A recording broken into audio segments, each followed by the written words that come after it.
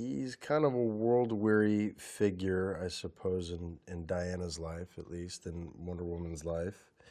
And he's seen a lot and seen the ravages of the First World War. Not much is given in terms of his backstory, but you can tell that um, he's just seen a fair bit of pain. Sometimes in films with the group, let's say surrounding the protagonist, they're not always kind of fully fleshed out. You don't really understand why they're there. They may have some funny quips, but they don't really do much of anything. And these guys, us, each one of us has a different prism through which they see the world, and they all really complement our lead in Diana so beautifully, I think. And they're all so well rounded. They're all such great actors.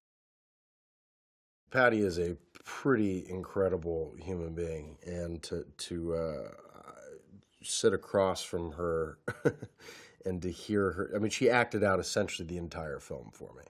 I'm over the course of 2 hours at lunch, acted out the entire film, and she is so passionate, and she is so specific, and she's so articulate. Um, I pretty much would have said yes just for her alone. I think that's the beauty of what Gal has, is that she is physically very imposing. She's stunning. She's like 6 feet tall. She's super strong, kind of emotionally, and her presence is very captivating.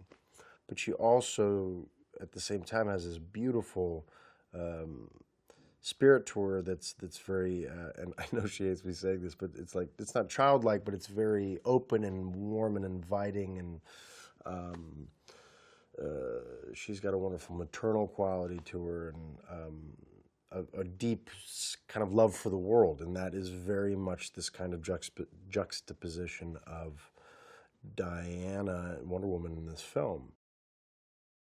At every mention of Ares along the way that Diana that throws at him, that she has to meet the God of War and defeat him, I think he it's so beyond his conception of what the world has to offer, of a world of magic lassos and people that can jump, 5 stories, and people that can run across no man's land and single-handedly defeat everybody in a leather miniskirt, that I think that the idea of the God of War is just that much farther out there, and he just throws it aside and says, "You obviously can kick some major ass. Please help me do that, and then we can figure out this obsession you have with this, this God of War character."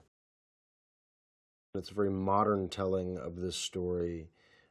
It's beautifully rendered, um, uh, and it has a pretty wonderfully, beautifully transparent message of that no matter how ugly this world gets that we live in, no matter how much death we encounter, no matter how many homicidal dictators are out there, no matter how much genocide happens, how many wars happen, uh, there is still hope in the best parts of ourselves to be good and to protect one another and to do right by one another. That's what we should hold on to, and that's what she represents.